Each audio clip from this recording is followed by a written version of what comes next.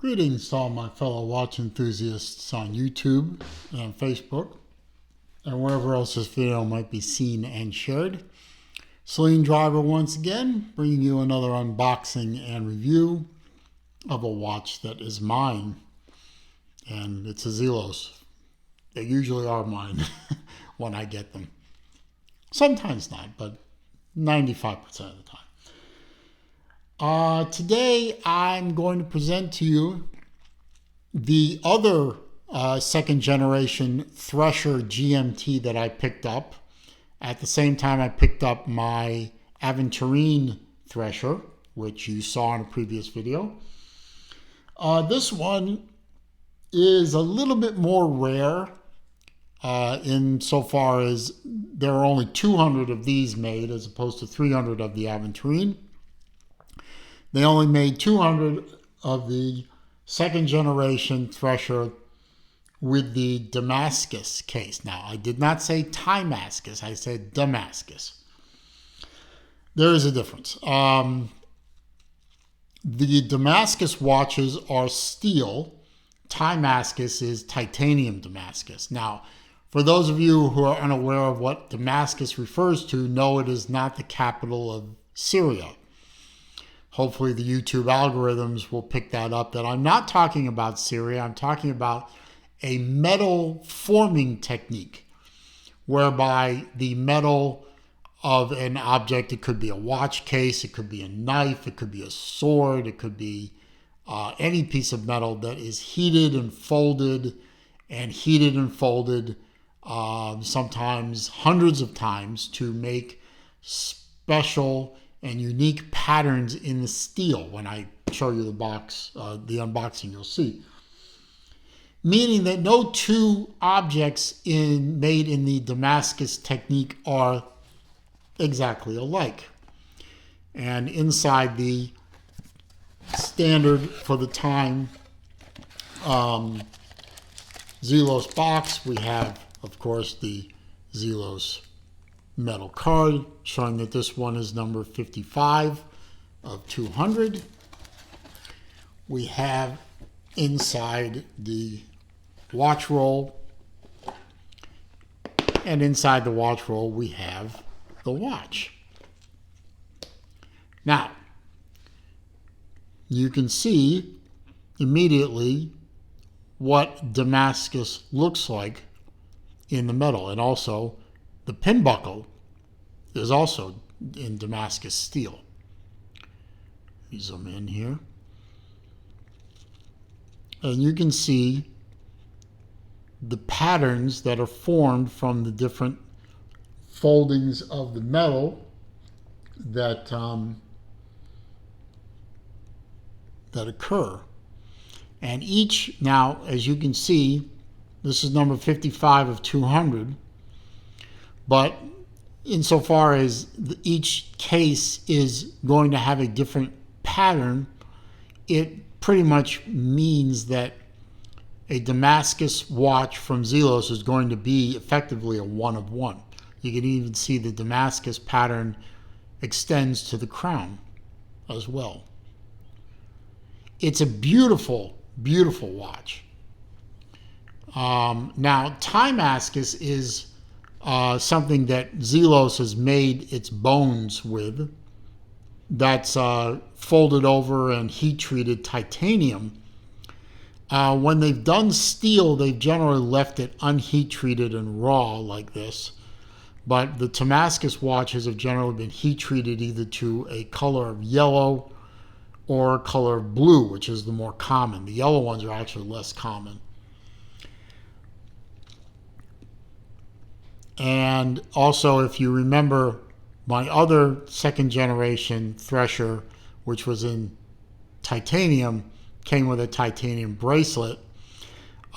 This watch, being in steel, comes with an FKM rubber strap. I hope someday that Zelos decides to make bracelets in Damascus steel. That would be incredibly expensive, true, but incredibly beautiful, I think, and would be a fantastic complement to a watch like this. I think it would even be a fantastic complement to the blued titanium or the yellowed titanium as well.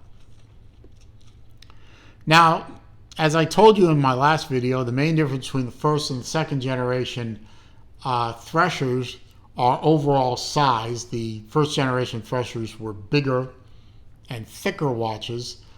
They were also dive watches with a combination dive and GMT 24-hour bezel, which was very effective, but it also made for a very, very big watch. The second generations don't do that on the bezel. They instead go with a bidirectional 48-click GMT city time zone bezel with the 24-hour GMT tracker as an insert inboard inside the watch. The GMT handle on this the GMT hand on this one, as I mentioned in my previous video, all my GMT watches are now set to Venice, Italy time, which is 5 hours ahead right now, being that we're in Eastern Standard Time. We're in the spring forward time. So it would be 5 hours ahead of Eastern Time, when in the fall we'll fall back, it will be 6 hours ahead. So this one is set to Venice time, and it is approximately 2,200 hours in Venice. And the reason I do it for Venice is a family connection to the islands of Venice and Murano.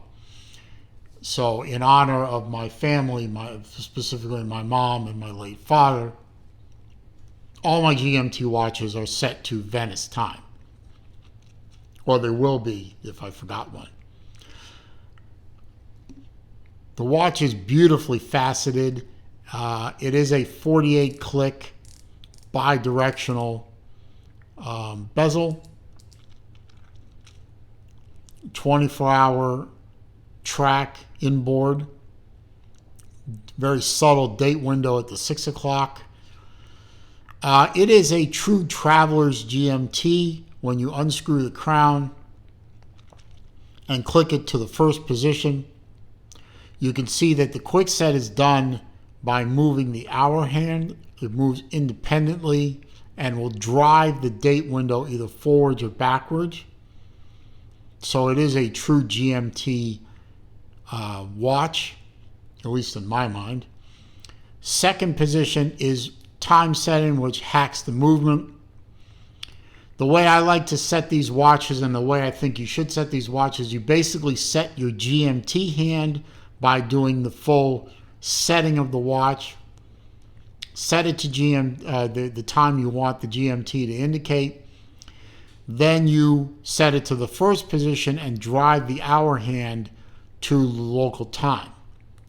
Then you can click it back, screw it down into the locking position, and you get your water resistance back. All the second generation Threshers, even though they're not dive watches, are 200-meter water resistance and thus are very swimmable. Go snorkeling in them, dive in them if you want. They should be good to go in terms of the seals. You have a flat box-style sapphire crystal on top. You have a sapphire crystal on the bottom. Nice custom rotor. It is a Miyota movement inside. I believe it's a 9039. It says so on the website. I forgot to write it down because reasons. But it is a Miyota movement. The insert on the Damascus watch is a sapphire insert, so it is going to be highly scratch resistant, and it appears to my eyes, it has slightly different colors on the inboard and the outboard part of the track. That may be a trick of my camera, but it does appear to be that the inboard cities are backed by a slightly lighter shade than the outboard cities, but that may be my eyes playing tricks on me. Signed crown, as I mentioned before. Quick release spring bars. I'm going to give you a wrist shot here real quick. First I have to take off the other watch I was wearing, which is my Tantalum Sky Raider. No, it's not for sale. Don't ask. I like my Tantalum watches too much to sell them. In fact, I'm trying to buy the Tantalum Swordfish if anyone has one for sale. Only 5 of them in the world, so I tend to doubt it, but you never know. On my 7 1/4 inch wrist, you can see the watch fits beautifully. On the down the barrel shot, it fits across my wrist just fine. Overhead shot, you can see it fits beautifully.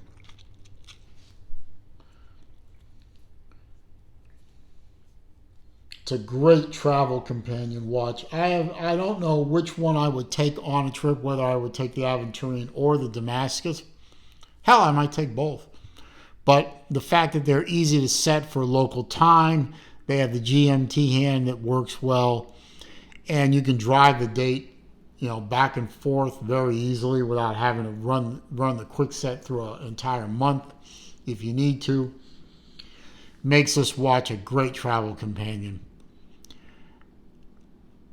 I think this watch is beautifully done. I am a fan of both the first generation Thresher and the second generation. I own 2 Threshers currently, and I own 2 second generation Threshers, and I might even pick up another one down the line in that gray dial. I really think that gray dial looks fantastic. And with the applied indices on that light gray dial, that really pops for me. So I might pick one of those up if the opportunity presents itself.